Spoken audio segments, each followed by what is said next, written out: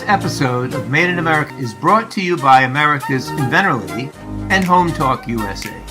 Home Talk is a proud member of the King's Broadcasting Network, which has been bringing you the best in home-based innovation since 1998. Hi, everyone. Thank you so much for being with us for this episode of Made in America.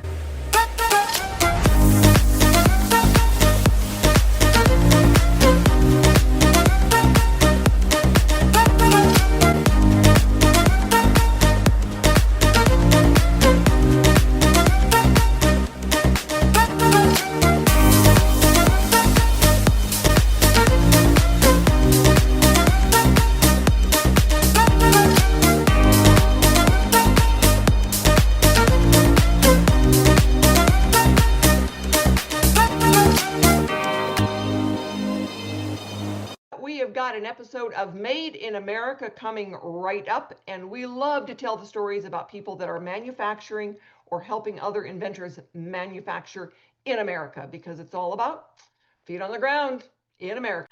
This segment is brought to you by the law offices of R.P. Baraska. RPB law offices have been bringing corporate-level legal expertise to the independent inventor community for more than 20 years. For all your inventing legal needs, trust rpblawoffices.com. Welcome, America. That's right. This is the Made in America show right here on the King's Broadcasting Network. I want to welcome all of you that's tuning in from the Invent America show with my co-hosts and partner in crime, the inventor lady herself, Rita Crompton. This is Made in America, where we discuss Made in America issues. Well, Rita, a lot going on. What can I say? The president has really demonstrated again and again his sole priority is to make America great again. And I tell you, I'm very impressed what's going on, and the investments that's made here in the United States, and factories opening up, communities starting to dust off and having a little life. So a lot going on, Rita. And why you think there has been a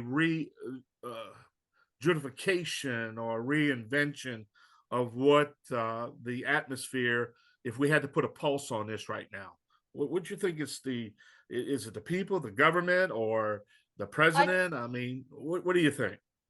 I think that there's a lot of things going on, and I think that there's really a lot of businesses out there that have been manufacturing.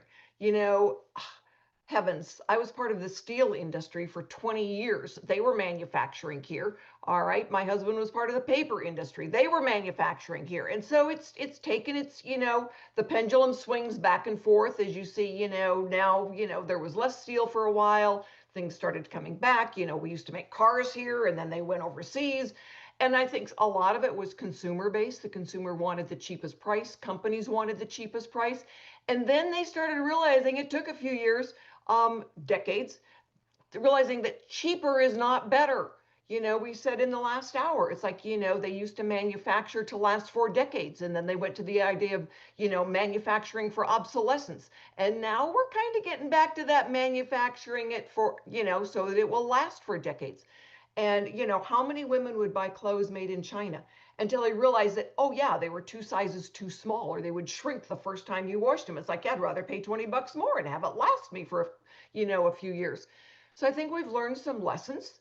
And now we're seeing companies, starting to come back.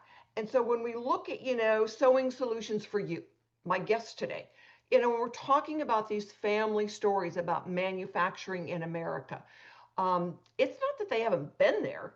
It's that we haven't got digging around for them and say, let's focus on this now. And now we're more about focusing on Made in America. And I think it's awesome.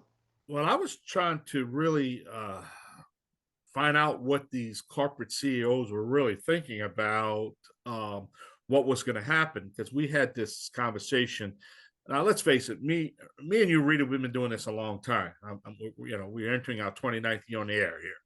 And I can remember, let's go back 25 years, when NAFTA was signed, and when China was allowed to come into the favored nation status under Clinton. I knew there was going to be a problem. And where it started is that I knew when we were working the trade shows, and China used to have maybe an aisle. You remember the International Building Show used to have an aisle. Right. And all of a sudden, they used to come in all the booths with the cameras and the pictures and taking pictures.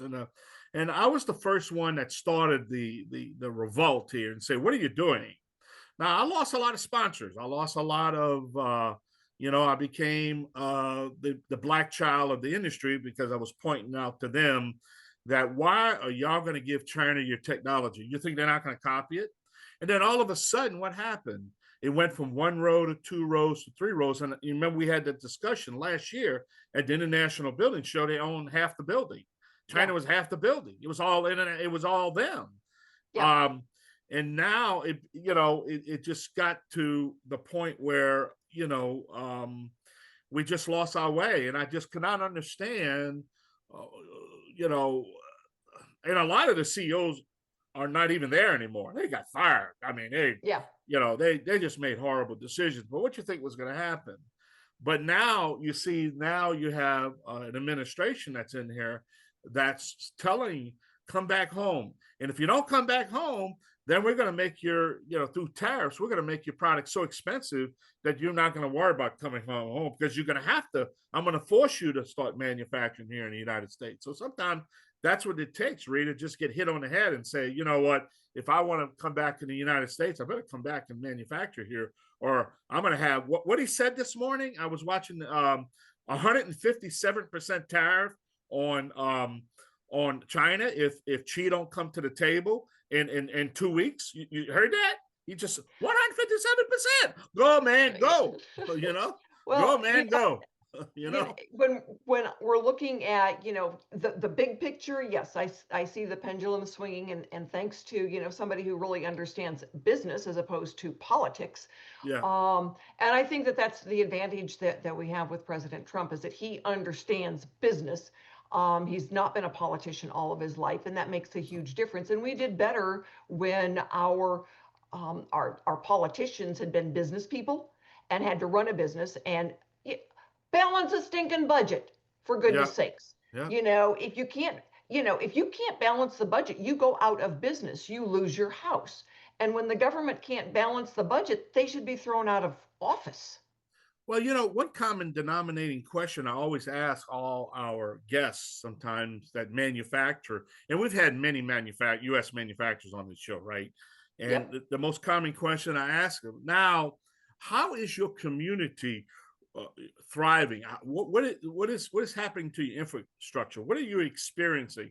And what is the common answer? Man, when we can manufacture, it's just a trickle down effect to the whole picture of our city's infrastructure, our government, our city, taxes, community, God, police, safety, because you can invest in your community, and now you have the dollars to invest in your community, where the quality of life is a lot better in a community that supports American manufacturing compared to certain, I ain't gonna mention certain cities that really are anti-American. And we saw it a couple of days ago, the anti-American with the thing all across the country. Yeah. You know what I'm talking about here? I know. I call it, I hate America. I hate America. And I look at really, I get to tell the stories of the things that are made in America and the companies that are manufacturing here. And I think that, as people start realizing there is manufacturing going on, and there has been, and they've got generations of stories about the ones that fought through it, and they changed, they made adjustments so that they could hang on to a market share. And I think that that's a big deal. And as we, show more and more to our consumers products that are being made here, they'll go look for them. It's like going and shopping at the Made in America store. All right. These things are all made in America. They have to prove it. And, there are other pavilions and other platforms that focus on Made in America. And so as we go out and we start featuring more and more of those and telling the stories, people are going to start understanding, you know what, it's coming back. It's always been here. It Yeah. was big. It got Yeah. littler, and then it's going to get bigger again. And so as we go through, telling the stories and Yeah. saying, go here. If you're manufacturing something, I'm going to send it to, Sewing Solutions for you. I'm going to look for somebody that can make it right here in America. So we are going to pay more attention to the companies that are making here, more attention to products that have stories behind them for generations. But a couple of weeks ago, you talked about the false claims. You remember you talked about the false claims that were, companies that were hiding behind the Made in the U.S. logo. They actually wasn't even produced here in the United States. You remember that? And Yep, yep. yeah, And yeah, the Made in America store, you've got to meet those qualifications before yeah. they will list you on their product. And in order legally, in order to put Made in America on your packaging, you've got to meet certain qualifications. You can say assembled in America, but as the consumer now, when we can go and say, this is what you're looking for, then they can pay more attention to, the right slogan and the right rules for Made in America. Because people cheat. They're going Yeah. to cheat, and we want to help everyone understand kind of what those parameters are. Tell us who our guest is. I know you got a great guest coming up. Who's our guest? Well, Josiah Eggers is the president and CEO of Sewing Solutions for You. You heard me mention the company a couple of times. So, yay, Made in America. And he works a lot with Kevin Cody. So, we're going to find out, what that story is and how they work together. I know that Kevin's got a platform. He carries a lot of Made in America products on there. So, we might ask them that question. What does he look for in Made in America, and have him clarify some of that? So, that's what's coming up. I kind of got lost in time. How much time we have left here? Right here? None. None. Well, None. let's All take right, a we're short gonna take a break. break. We're gonna be right back. This is Made in America. We'll be right back.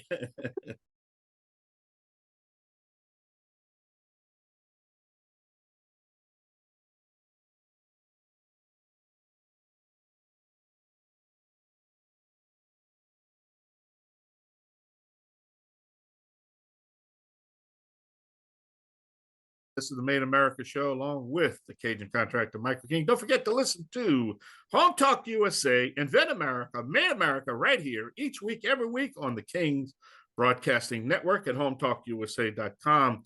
Rita, I tell you, I'm excited to have our next guest. But we have to read our sponsor, right? We do, and our sponsor for this segment is Noah McNeely with Product Quick Start. He does help a lot of my inventors get from, that rough duct tape cardboard prototype to a manufacturer's prototype. And so we are very grateful to have Noah McNeely and Product Quick Start as our sponsor for this segment. My guest for this segment is Josiah Eggers, and he is the CEO and I don't know, are you the founder of? Yes, correct. Excellent, excellent. So, Sewing Solutions for You. So, Josiah, tell us what does the company do, and give us your story. That's what we're about here. We want to hear the story. Okay. Yeah. So we operate as a contract sewing company along with a cut and sew manufacturing side as well. So the contract sewing, sometimes we do for a lot of the products we make. They are a manufacturing company that approached us that are looking for some of their products to be made. So they send us some of the stuff that they cut. So we offer just contract sewing for those products. And then the cut and sew would be more of your traditional, what people are looking for when they bring their products to market. They're looking for somebody to make them. So, when you say products, give us an idea of the range of different products. Okay. Yeah, we make a lot of first responder gear. So they are different pouches, first aid kit type pouches. So they have different compartments to them. They vary in size. So they can be something that is a traditional carrying bag for a first responder, or is a small pouch, which is more of your accessory stuff that you would carry in the field. So we make a lot of those products, and then we make things such as aprons.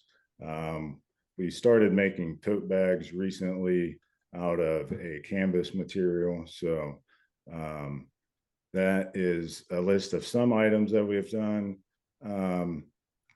But overall, we've done a lot of odds and ends stuff too. You know, I've done things like laptop bags, placemats, you know, you name it, we like to try it. So, you know, there's a large list of things that we've done that we don't necessarily sell.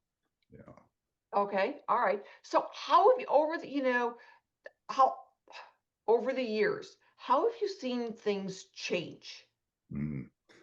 Yeah, we definitely get a lot more conversations. Um, you know, and some of that process is obviously slow to evolve as far as transitioning products, but it's definitely brought um, more eyes to the manufacturing side of things here in America, because those conversations continue amongst people trying to get their products transitioned from overseas to here. But obviously, sometimes that process can be a little bit um, grueling, so to Yeah. speak. So what was your inspiration to starting the company? Yeah, so my inspiration started for the market of people that are in between. You know, there's a lot of people with either inventors or companies that have product demands that aren't necessarily tens of thousands. You know, sometimes they're 500. It's still large enough demand that they can't manufacture it themselves. They need a company that can do that, but finding that isn't always necessarily easy. You know, manufacturing a lot of times is large scaled. So finding, you know, somebody that can do that would definitely be the inspiration. You know, it's the market that I attack, is that middle of the road, so to speak. I don't know if that's the proper wording for that. Well, we look at, I help inventors and honestly, dealing with textiles has been one of the biggest challenges that I've had for them. Yeah, they can sit down at their dining room table and make their prototype. It's finding someone that we refer to as a short run. All right, something that's less than 2,000 units, we call a short run so that they can get product out there.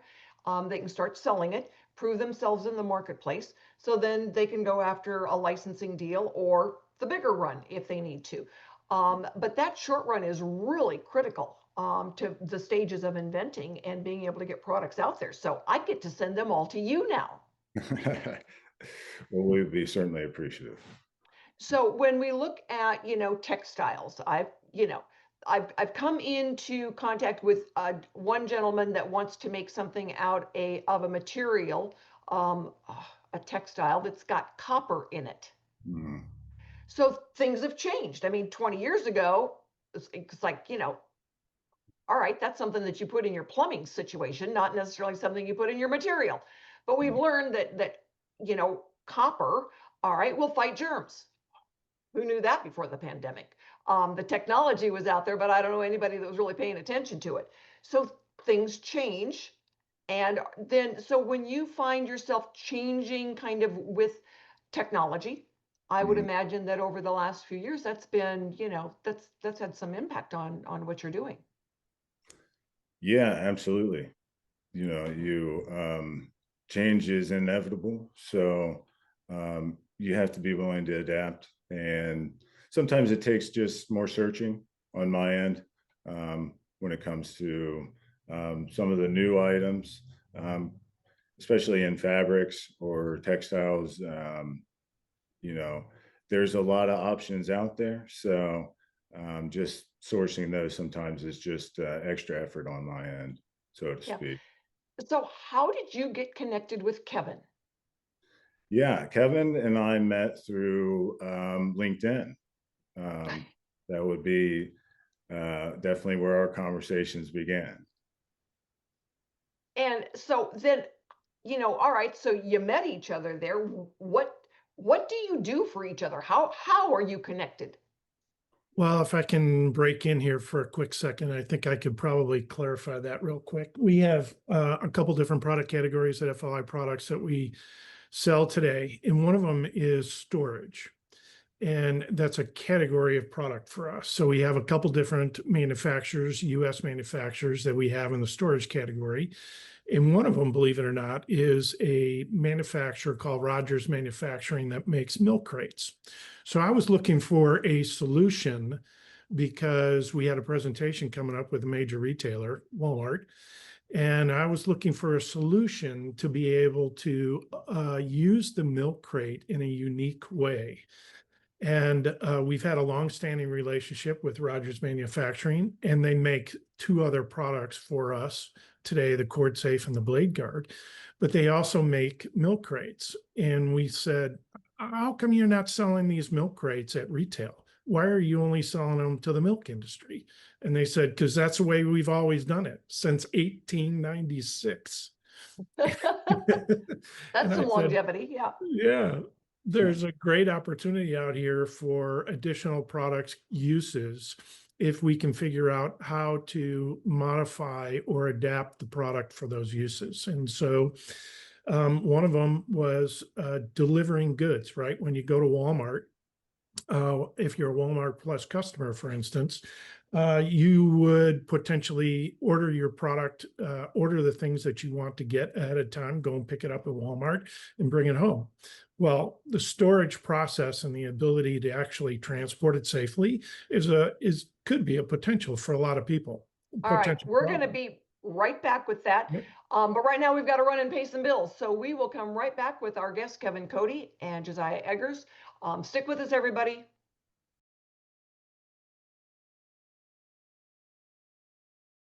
And thank you so much for being with us for this segment of Made in America, because we love telling the stories of, the different companies, factories, products, and everything that you can go out and look for that are made in America. So my guests right now, Kevin Cody and Josiah Eggers. Josiah manufactures textile products, sewing solutions for you right here in, what state are you in? We're in Ohio. You're in Ohio. I was going to say Illinois. At least I was on the right side of the Mississippi. Maybe. Anyway, Kevin Cody, I know he just actually lives kind of right down the street from me. And we are east of the Mississippi. So we've had, some long history with manufacturing in America. Josiah, remind everybody, what is it that Sewing Solutions for You does and how long have you been around? Yeah, Sewing Solutions for You is a custom sewing, contract sewing, and cut and sew manufacturer. We've been around now. We're actually about 25 days out from our 2-year mark. And we are in southeastern Ohio and Logan, to be specific. I know the first time I saw Logan, I was thinking Logan, Utah, and it's like, no, that is the wrong state when I saw the details. So, it's not like when you were in 4th and 5th grade and said, I think I'll grow up and start a manufacturing plant. How did you come up with this? What was your inspiration? Yeah, so I got into textiles or product manufacturing with my previous employer. And we did a lot of manufacturing of fitness equipment, which revolved around fitness straps and carrying type pouch sleeves. They weren't real complex type of products. So that got me into the world of manufacturing and textile sewing. But then, my passion kind of grew from there as far as wanting to learn how to do other things besides cutting nylon webbing and sewing it together. There was a simplistic beauty of it. But the inspiration, for me was I wanted to try other products. The company I worked with, they wanted to stay with the same products they were making. They were, very content. So for me, it was a perfect time for me to break free and start trying to do some of those things. Well, excellent. Kevin, you've been, kind of involved in our conversations with Made in America products, and you've got your own section of your website. Tell our listeners a little bit about your products that are made in America. Yeah, so FLI Products, actually, we have close to 150 products, and about 50%, 80% of them are made in the USA. Good for you. So Awesome. it was a great segue on your previous conversations about the companies that are making product in the USA and continuing to make it just kind of quietly. And we've aligned ourselves with those companies in different ways to be able to manufacture product. Josiah is one of them. And we appreciate the opportunity to be able to be involved in not only taking their existing products and growing with them, but creating new products and accessories around the company's capabilities as well. So you're generally, when you're looking at bringing on a new product, what is it that you look for in determining whether or not you're going to carry a product or try to move a product? Yeah, we have a couple anchor categories of product that we're in today: houseware, storage, electrical, and a little bit of outdoors. And we've created brands inside of those categories. And so we want to be able to create an anchor product for a brand and then build it out. And so in the case of Josiah, the Crate Mate was a brand that we were building out, and we're making a presentation to Walmart and needed a way to create a carrying handle, some device other than just the handles on the crate to be able to transport it from car to inside, or from car to your grill, or in outdoors. Believe it or not, kayak fishermen use milk crates, right? So they need to figure out a way to get it from one place to another, and oftentimes have other things in their hands and can't use both hands on a crate. Here came Josiah with the capabilities of being able to make it. We wanted to find out if we could do that with him. And for that reason, we looked at his scope of business. We looked at his fit and capabilities and manufacturing capacity, and we said, yeah, this could be a good fit. So Josiah, how do you grow? How do you get the word out so more people know to contact you and ask you to do their manufacturing? So we do a lot of marketing on LinkedIn. That's it's a big one for me. I'm a big part of our labor force because we are small. So I'm sewing every day. So that's a big part for me. Then locally, I definitely connect with several other businesses here that are within the same county that definitely know about us, and we make a few things for them to carry. That they're small amounts of things, but obviously that helps grow, at least at a local level. And then otherwise, we do a lot of marketing online. Yeah. I mean, you've got to, people don't know you're there if Yeah. you don't get the word out. And I know that that's the same thing that, so many of, our guests run into, is that, we've got to be able to, tell them that they're there, and get the word out, and do what we can to help tell the story about people that are, making products and what is made. So Kevin, what do you do? Not in products, but what do you do as far as the marketing? What is your marketing savvy? So we talked about this in the previous segment, the 4 Ps. We just help small manufacturers, kind of like Josiah and the Rogers Manufacturing Company, look at their capabilities and then build products around them and help them introduce and launch products. And we do that primarily through our relationships at retail and in e-commerce. We do it by developing strategies from pricing, promotion, packaging, and everything else, and then bringing those products to market as well.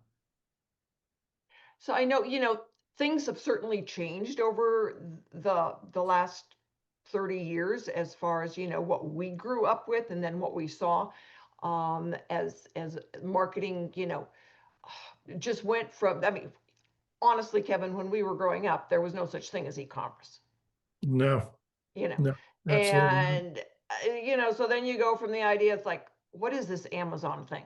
And to the point where it's like, my husband would say, I really don't like the idea of buying on Amazon.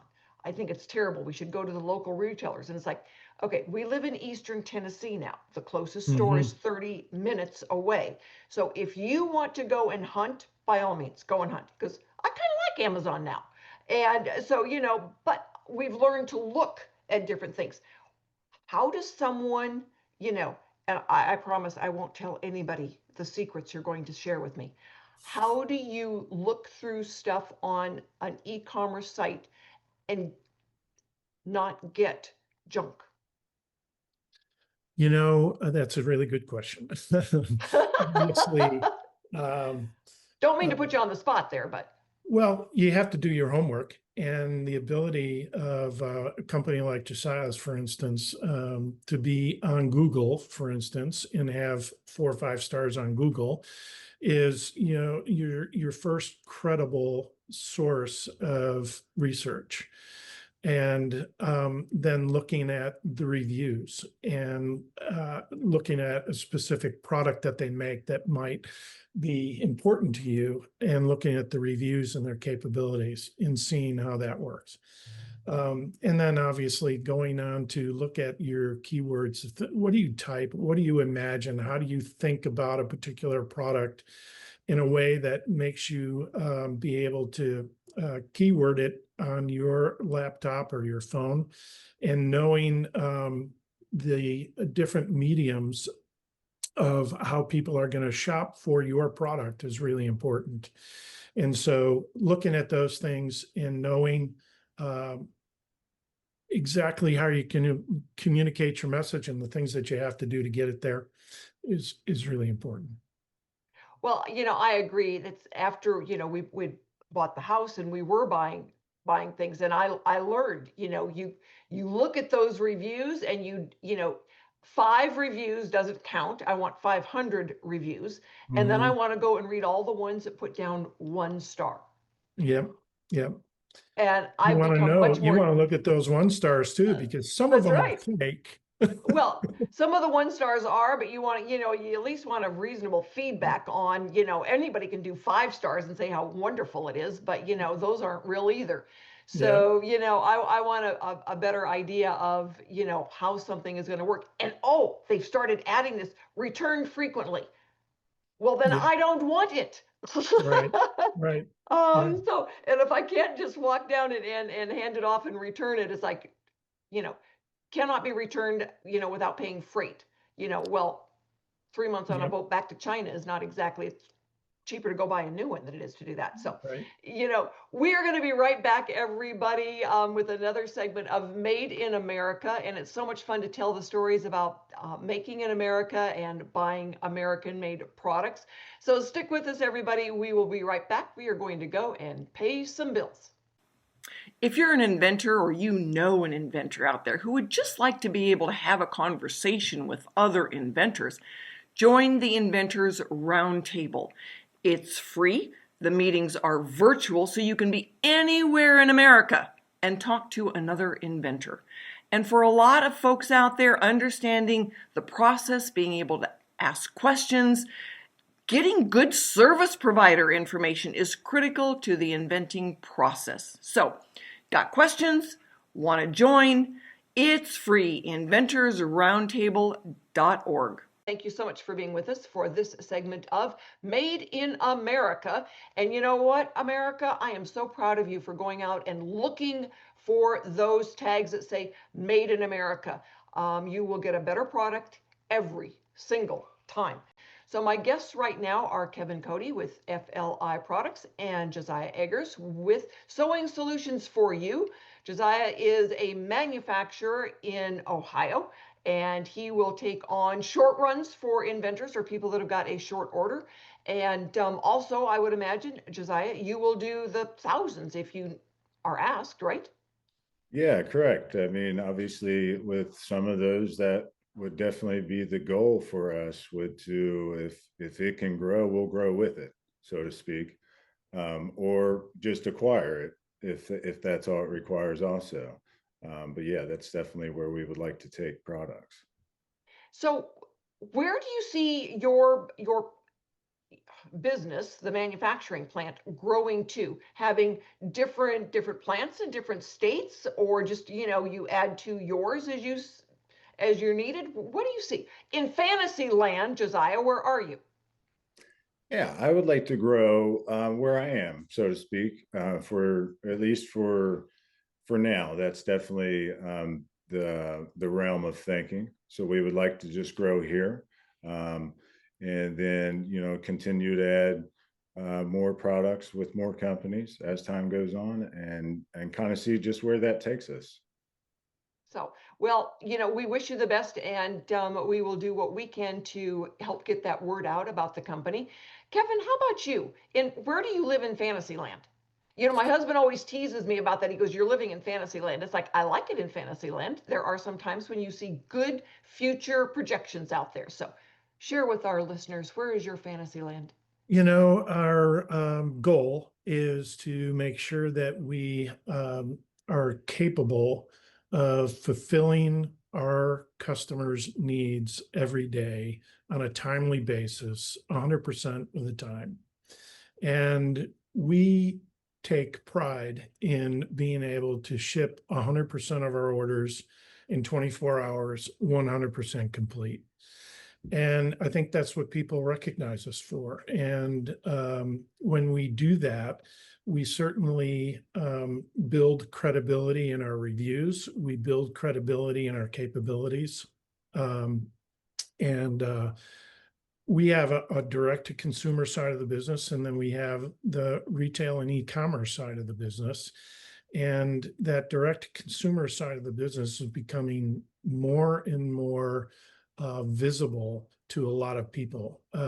Certainly AI and Chat GPT and Grok and all the other big players in that LLM world are creating opportunities for smaller companies like us to compete with the big guys.